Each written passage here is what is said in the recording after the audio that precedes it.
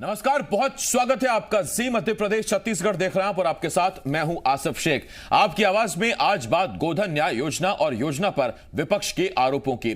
छत्तीसगढ़ सरकार की सबसे अनोखी गोधन न्याय योजना की, जहां एक तरफ सरकार तारीफ करते नहीं थकती तो दूसरी तरफ बीजेपी ने इस योजना में भ्रष्टाचार का आरोप लगा दिया है। बीजेपी का आरोप है कि योजना में जमकर भ्रष्टाचार हुआ है और इस योजना को अवैध कमाई का जरिया बना लिया गया, जबकि कांग्रेस का कहना है कि पहले बीजेपी योजना के बारे में ठीक से पढ़ ले, उसके बाद ही किसी तरह का आरोप लगाए। तो साथ ही कांग्रेस ने पिछली सरकार पर नागरिक आपूर्ति घोटाले की याद दिलाकर जवाब दिया। कई सवाल हैं जिनके जवाब जानने की कोशिश करेंगे। एक खास पैनल भी हमारे साथ जुड़ेगा, लेकिन आइए सबसे पहले एक रिपोर्ट देखते हैं।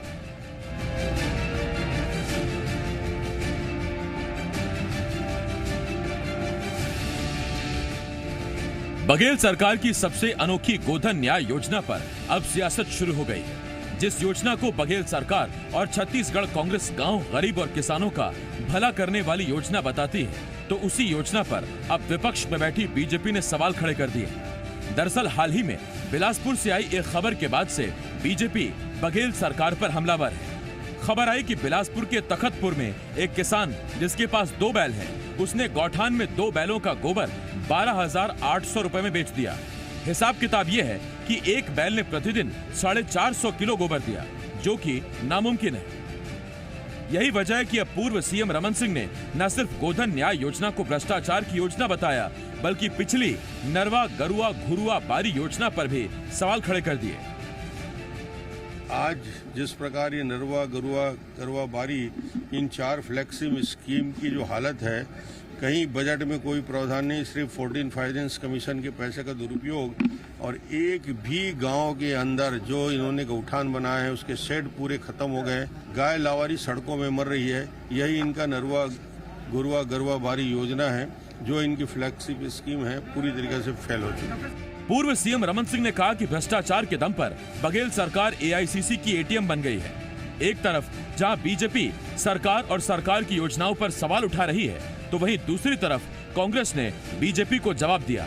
कांग्रेस ने बीजेपी को नागरिक आपूर्ति निगम घोटाले की याद दिला दी। अनर्गल आरोप लगा रहे हैं, आए दिन उनके सब झूठे बयान चल रहे हैं। और डॉक्टर साहब, आपको और याद दिला दूं, 36,000 करोड़ का नान घोटाला हुआ, उसकी हम जांच करवा रही थी भूपेश बघेल की सरकार, लेकिन आप जांच का सामना करने के बजाय एक याचिका दायर की आपने हाईकोर्ट में, उसमें स्टे ले लिया। इससे बड़ी शर्म की बात हो सकती है? गोधन न्याय योजना का मकसद था गौपालकों की आर्थिक। तो ये हमने आपको बताया, और गोधन न्याय योजना का मकसद था गौपालकों की आर्थिक स्थिति में सुधार करना, गौठानों के जरिए से हासिल गोबर से वर्मी कंपोस्ट खाद तैयार करना और वर्मी कंपोस्ट के जरिए से ऑर्गेनिक खेती को बढ़ावा देना, और इसके साथ साथ आम किसानों और इसके साथ साथ सरकारी विभागों जैसे हॉर्टिकल्चर विभाग, उसको सस्ती कीमत पर खाद उपलब्ध कराना। और इसके लिए बहुत लोगों के, किसानों की डिमांड भी सरकार के पास पहुंच रही थी, गौठानों के पास पहुंच रही थी तैयार खाद के लिए। हमारे साथ 3 खास मेहमान जुड़ रहे हैं। कांग्रेस की तरफ से हमारे साथ घनश्याम राजू तिवारी जी, इसके साथ साथ बीजेपी की तरफ से हमारे साथ अनुराग सिंहदेव जी, और वरिष्ठ पत्रकार सीनियर जर्नलिस्ट गंगेश द्विवेदी जी हमें ज्वाइन कर रहे हैं। मैं आप तीनों मेहमानों का बहुत बहुत स्वागत करता हूं। राजू जी, अनुराग जी, गंगेश जी, बहुत स्वागत है आपका। सबसे पहले तो अनुराग जी, बधाई हो आपको नई जिम्मेदारी मिलने पर। और धन्यवाद साहब जी। ठीक, मैं आता हूं उस पर आपके पास। डिबेट की शुरुआत भी अनुराग जी आप ही से कर रहा हूं। नई जिम्मेदारी मिली उसके लिए ठीक है सर, लेकिन जो ये योजना पुरानी है, इसमें ये जो नया एंगल निकाला गया है कि बिलासपुर के तखतपुर में 2 बैल 1800 किलो गोबर कैसे दे सकते हैं, तो जहां तक योजना की बात है, तो योजना में तो साफ साफ लिखा हुआ है कि ऐसा कहीं है ही नहीं कि जिसके 2 बैल हैं वो बाकी बैलों या बाकी गाय का गोबर नहीं दे सकता। इस योजना में, स्कीम में, यह बात साफ साफ लिखी हुई है। तो अगर ऐसा है तो उसमें यह भी पता करवाना पड़ेगा या होना चाहिए कि 2 बैलों का ही गोबर उसने दिया, या उसने कहीं से गोबर और भी इकट्ठा करके गौठान को बेचा, जिसके बदले में उसको 12,800 रुपए का भुगतान किया गया। आसिफ जी, सबसे महत्वपूर्ण बात जो है वो है सरकार की नीयत की, और नीयत को लेकर और उसकी कार्य पद्धति को लेकर सवाल उठाए जाते हैं। उसमें कुछ जरूर एग्जाम्पल सेट होते हैं, जैसे तखतपुर का एग्जाम्पल दिया गया और बाकी अन्य स्थानों का एग्जाम्पल दिया गया, देखिए, भूपेश बघेल जी की सरकार ने सत्ता में आने के बाद जो पहला बड़ा स्कीम इंट्रोड्यूस किया वो था गोठान और पशुधन योजना का। और उसके बाद एक फ्लैगशिप योजना इसको प्रचारित किया गया और इसको दिल्ली तक में बड़े बड़े अखबारों में, अंग्रेजी अखबारों में इसके विज्ञापन छपे, बड़े बहुत इसको प्रचारित किया गया कि अपने आप में अभूतपूर्व योजना है। तो इसके पूरे योजना की यदि हम समीक्षा करें तो आपको ये ध्यान में आएगा कि अभी तक 59 करोड़ रुपया की गोबर खरीदी हुई है। एक दूसरा बात कि जितने भी 14th फाइनेंस से गोठानों का विकास किया गया वो कितना आधा अधूरा था। और इस पर यदि आप किसी जिला अधिकारी को ये कहें कि आप इस स्कीम को पॉपुलर करिए, इस स्कीम को अच्छे से अच्छा करके दिखाइए, तो इस प्रकार की उदाहरण आते हैं सामने। जैसे किसी के पास 5 गाय है, पता चला कि वो 3 महीने के बाद वो मोटरसाइकिल खरीद लिया, गाड़ी खरीद लिया, और फिर ये उपलब्धि बताई जाए कि साहब इन्होंने इस स्कीम से गाड़ी खरीद ली। तो कुल मिलाकर ये जो महत्वपूर्ण फ्लैगशिप योजना थी ये भ्रष्टाचार की। ठीक, अनुराग जी के कुछ सिग्नल में दिक्कत है, सुन नहीं पा रहे, उनको देख भी नहीं पा रहे। लौट रहा हूं मैं अनुराग जी आपके पास। अनुराग जी लौट रहा हूं मैं आपके पास। राजू भाई आपके पास आ रहा हूं और मेरा सीधा सवाल ये कि हम तो जो स्कीम के बारे में जानकारी रखते हैं या हमको जो मालूम है उसमें शायद ये है कि कोई भी कहीं से भी गोबर दे सकता है, सरकार को गौठान को मतलब नहीं गोबर कहां से ला रहा है। और यही वजह है कि ऐसी भी खबरें आने लगी थी शुरुआत में जब योजना शुरू हुई थी कि लोग अपने गोबर की पहरेदारी भी करने लगे हैं, जो गोबर का ढेर है, कि कहीं ऐसा ना हो कि ये गोबर चोरी हो जाए। भले ही 2 रुपए प्रति किलो की दर से वो बिक रहा हो, लेकिन लोग पहरेदारी भी करने लगे हैं। सवाल विपक्ष ये पूछ रहा है कि कहीं ऐसा तो नहीं कि जो नियम में आपने ये ढील दी है यही इसमें भ्रष्टाचार का आधार बन जाए।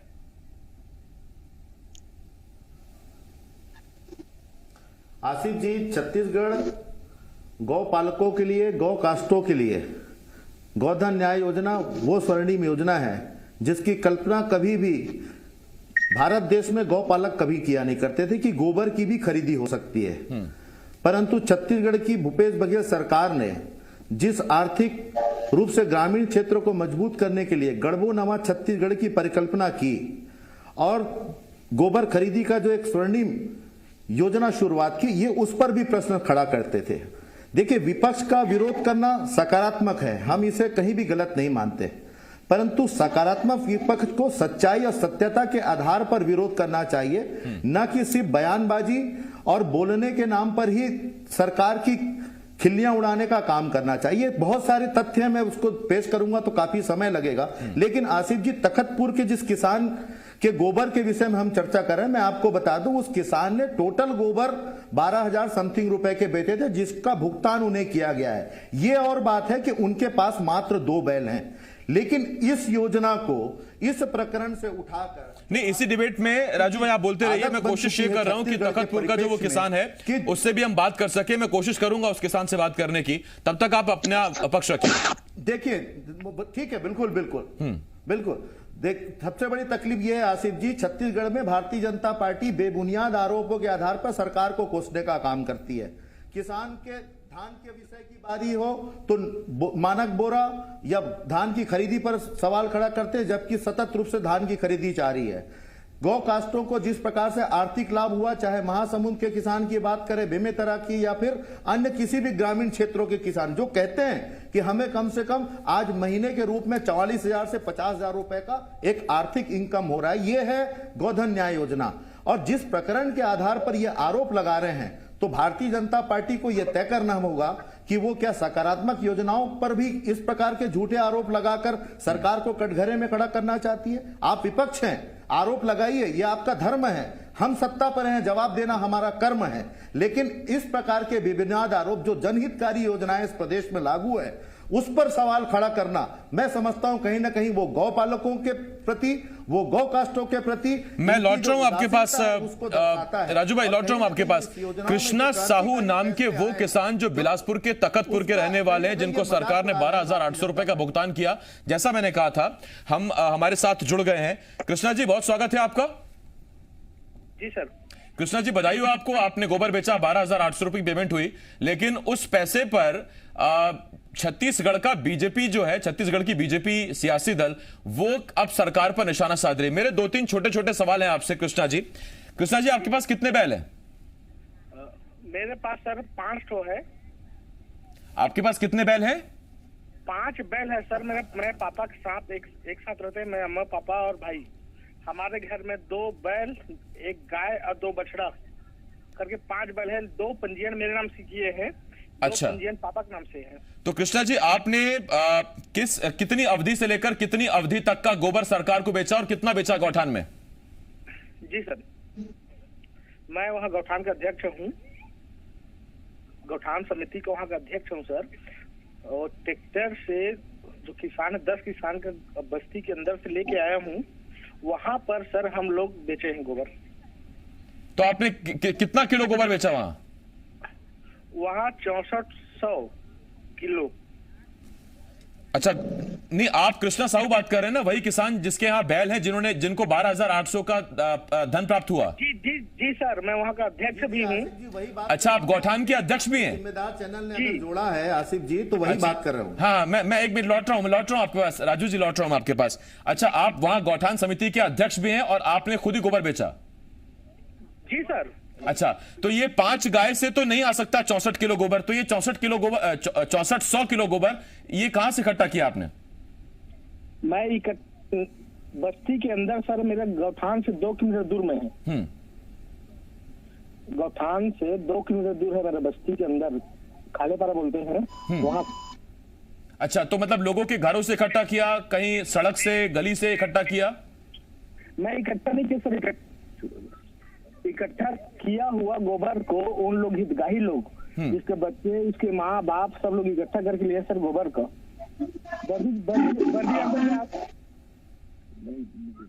नहीं, तो मतलब ये आपके नाम से कुछ लोगों ने इकट्ठा करके गोबर बेचा क्या? ऐसा कुछ है क्या? सर, उनका तत्कालीन पंजीयन नहीं हुआ था।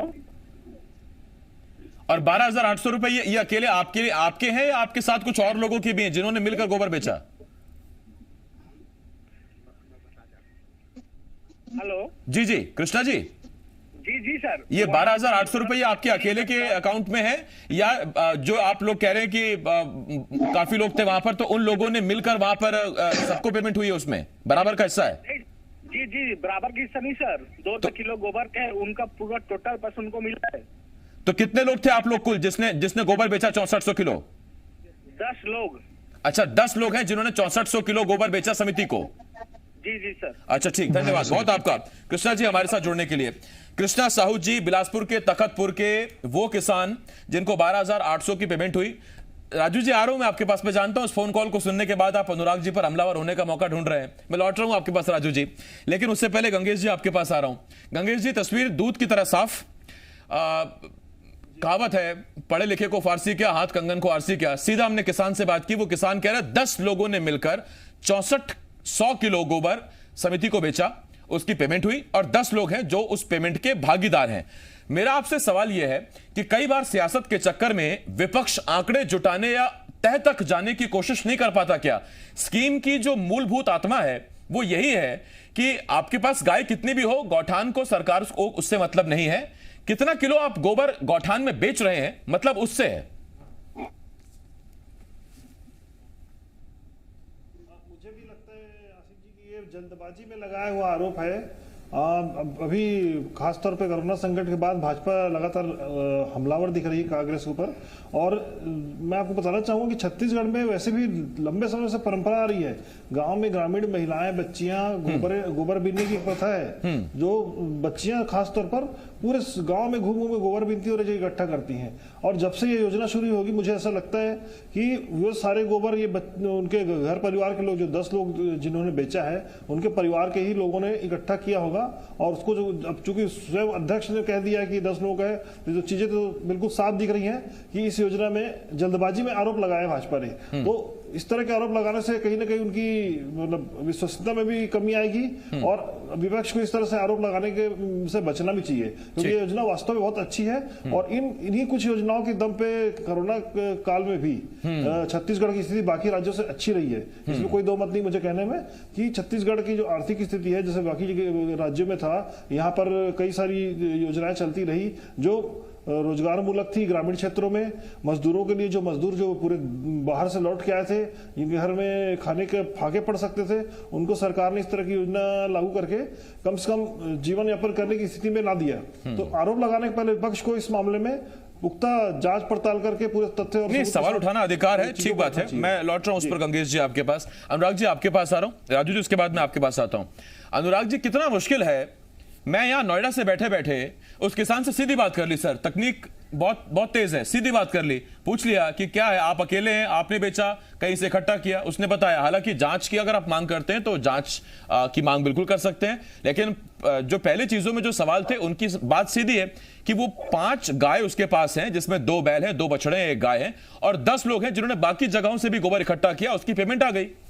और मैंने आपको बताया स्कीम में साफ साफ लिखा है, जरूरी नहीं है कि अपनी गाय का गोबर किसान गौठान में बेचेगा, वो गोबर कहीं से मिला है, गौठान को मतलब है खरीदने से। आसिफ जी, ये जो पूरा डिबेट है, ये छत्तीसगढ़ में जो भ्रष्टाचार हो रहे हैं उसकी तरफ ध्यान इंगित करने के लिए, उसमें हमने गोधन न्याय योजना का एक एग्जाम्पल सेट किया, एक एग्जाम्पल दिया, और आपने प्रत्यक्ष को प्रमाण की जरूरत नहीं है, आपने खुद प्रमाणित कर दिया कि श्री कृष्णा साहू जी, इन्होंने ये वहां पर गौठान समिति के अध्यक्ष हैं, ये 10 लोगों का गोबर इन्होंने इकट्ठा किया जो पंजीकृत नहीं थे, उनका इकट्ठा किया, इनके खाते में पैसा आ गया, लेकिन सरकार ने प्रचारित कर दिया कि 12,500 का गोबर स्वयं कृष्णा साहू जी ने बेच दिया। तो इस प्रकार के जो आंकड़े दिए जा रहे हैं और बताया जा रहा है कि पूरे किसान जो है, पूरे आम जो ग्रामीण हैं, वो गोधन न्याय योजना से सक्षम हो गए, लखपति बन गए, ये इस पर भारतीय जनता पार्टी की आपत्ति है। और जहां तक प्रश्न, सिर्फ मैंने कहा ना, सिर्फ एक विषय हमने ये उठाया, मैं तो दूसरा विषय उठाना चाहता हूं कि छत्तीसगढ़ में भ्रष्टाचार की क्या हालत है। 3,000 5,000 ट्रिप में रेत आ रही थी, आज 30,000 आ रही है। क्यों आ रही है? ये 30,000 का बाकी पैसा कहाँ जा रहा है? तो ये सारे विषय हैं। शराब में यदि 4500 करोड़ रुपए रेवेन्यू आता था, तो अब सिर्फ 4600 करोड़ क्यों आ रहा है? जबकि शराब बिक्री के मामले में छत्तीसगढ़ सबसे अव्वल राज्य हो गया देश में। तो प्रश्न तो यहाँ उठता है ना कि ये जो योजनाएं चल रही हैं, इसका आउटपुट क्या निकल रहा है, रेवेन्यू कितना प्राप्त हो रहा है सरकार को? तो इसमें घोटाले दिख रहे हैं। इसलिए भारतीय जनता पार्टी ने AICC का ATM छत्तीसगढ़ को कहा है। अब इसमें भी आप देखिए, पशुपालन में 59 करोड़ का गोबर की खरीदी की सरकार ने, लेकिन कंपोस्ट खाद कितना आया, उससे रेवेन्यू कितना मिला? तो सिर्फ देना योजना नहीं है ना, इसका योजना का आउटपुट क्या है, ये भी आपको आंकड़े देना पड़ेगा, ऑडिट देना पड़ेगा। अनुराग जी भरसक कोशिश कर रहे हैं, क्योंकि जो मूल मुद्दा था बीजेपी की तरफ से लगाए गए आरोप का, वहां से अब दूसरी चीजों पर अनुराग जी ले जाने की कोशिश कर रहे हैं। मैं उस पर अनुराग जी लौट रहा हूं आपके पास, लेकिन ये आपके पास आ रहा हूं मैं राजू जी।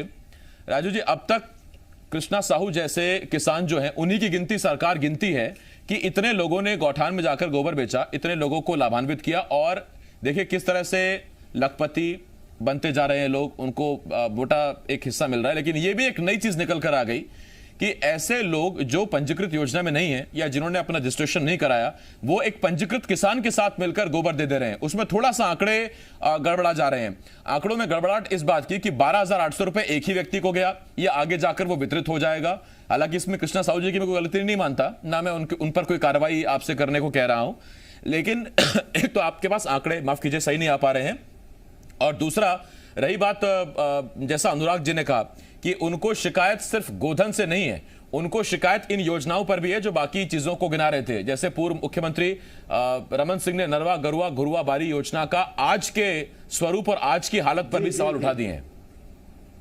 जी आसिफ जी, देखिए सबसे पहले तो मैं जी छत्तीसगढ़ मध्य प्रदेश को साधुवाद देना चाहता हूं, जो ऐसे बेबुनियाद झूठे आरोप का पर्दाफाश किया।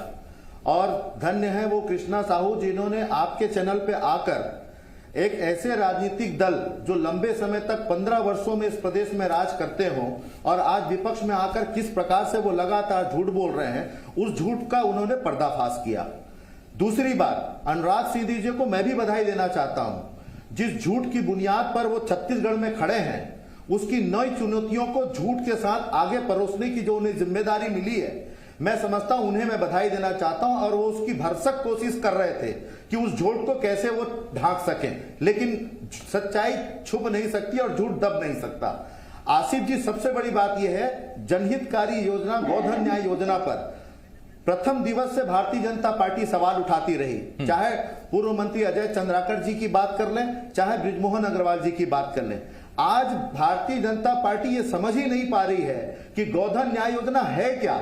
सरकार की मंशा है कि गौ कास्टों को किसी भी प्रकार के गोबर के माध्यम से आर्थिक रूप से मजबूत किया जाए। जो पंजीयक नहीं है, आज उन्हें भी अगर कहीं आर्थिक रूप से, भले ही सहयोगी के रूप में, अगर कृष्णा साहू जैसे लोगों के माध्यम से उन्हें आर्थिक सहायता प्राप्त होती है, तो मैं नहीं समझता ये कहीं गलत है। लेकिन किसी भी योजना की सच्चाई और उनके बारीकियों को जाने बगैर जिस प्रकार से भारतीय जनता पार्टी प्रदेश में झूठ की एक बुनियाद खड़ा करना चाहती है, तो मैं समझता हूं ये देखिए, मेरा मकसद बीजेपी को गलत साबित करना या आपको सही साबित करना नहीं है राजू जी। मेरा मकसद यह है कि जो असल बात है वो जनता तक पहुंचे। उस किसान के बारे में जो चीजें बताई जा रही हैं, वो किसान अपने आप जी मध्य प्रदेश छत्तीसगढ़ पर चीजें रख रहा है। हमारा मकसद यही है, बाकी उसमें कोई मेरा मकसद ये नहीं है कि मैं अनुराग जी को नई जिम्मेदारी मिलने पर बधाई के साथ साथ उन पर कोई निशाना साध दूं, या राजू जी मैं आपका कोई साथ दे दूं, वो मेरा मकसद नहीं है। खैर, बहुत धन्यवाद आपका हमारे साथ जुड़ने के लिए राजू जी। और गंगेश जी, बहुत शुक्रिया आपका। एक सवाल मैं आपसे जरूर लेना चाहता था, लेकिन दूध का दूध पानी का पानी करना आवश्यकता था, जरूरी था, इसीलिए किसान से मैंने बात की। और कृष्णा साहू का भी धन्यवाद मैं करता हूं, उन्होंने वक्त दिया, हमारे साथ जुड़े और जो बात है, सच्ची बात है, वो उन्होंने रखी। अनुराग जी, आपका शुक्रिया।